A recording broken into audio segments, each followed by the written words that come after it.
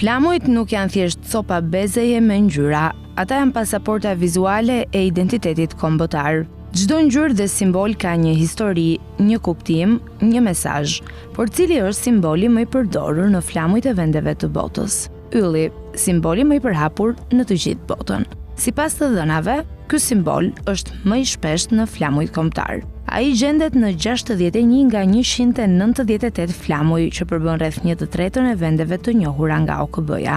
Disa nga flamujt më të njohur që përmbajnë yje janë Shtetet e Bashkuara të Amerikës, 50 yje që përfaqësojnë 50 shtete. Kina, ylli i madh për Partinë Komuniste, 4 yje më të vegjël për klasat shoqërore. Bashkimi Evropian, Kuba, Maroku, Turqia, Venezuela, Australia dhe të tjerë. Ylli nuk ka të njëjtin kuptim kudo. Ai mund të përfaqësojë unitet, udhëheqje, shpresë apo besim në varësi të kontekstit historik dhe kulturor. Pas yllit renditen edhe simbolet e tjera, mburoja mbretërore e pranishme në 27 flamuj si ai i Spanjës. Kryqi shfaqet në 18 flamuj, përfshirë ato të Zvicrës, Britanisë së Madhe, Suedisë, Norvegjisë, Islandës dhe Greqisë. Dielli gjendet në 16 flamuj si ato të Japonisë apo Argjentinës. Hëna, simboli përhapur në 14 flamuj, kryesisht të vendeve me shumicë muslimane si Turqia, Pakistani, Tunizia dhe Algjeria.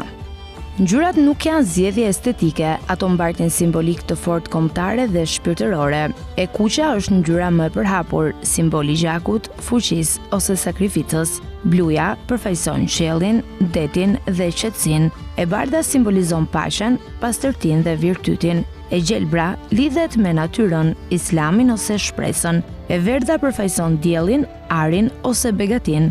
Shembuj flamujsh me kuptime të veçanta, si për shembull ai i Francës, trikolori blu, i bardhë dhe i kuq është trashëgimi nga revolucioni francez dhe ngjyrat e Parisit.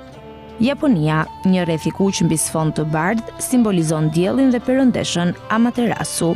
Brazili, ngjyra jeshile simbolizon pyjet, e verdha pasuritë minerale, ndërsa globi blu përfaqëson qiellin e natës në ditën kur u shpall Republika.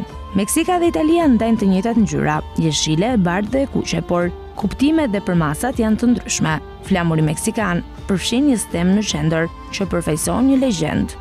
Ngjyra e gjelbër italiane është më e çelët dhe formati i flamurit është ndryshe. Flamujt janë më shumë se simbole vizuale, ata janë histori të gjalla, kultura të përmbledhura në formë grafike dhe dëshmi të identitetit të një kombi.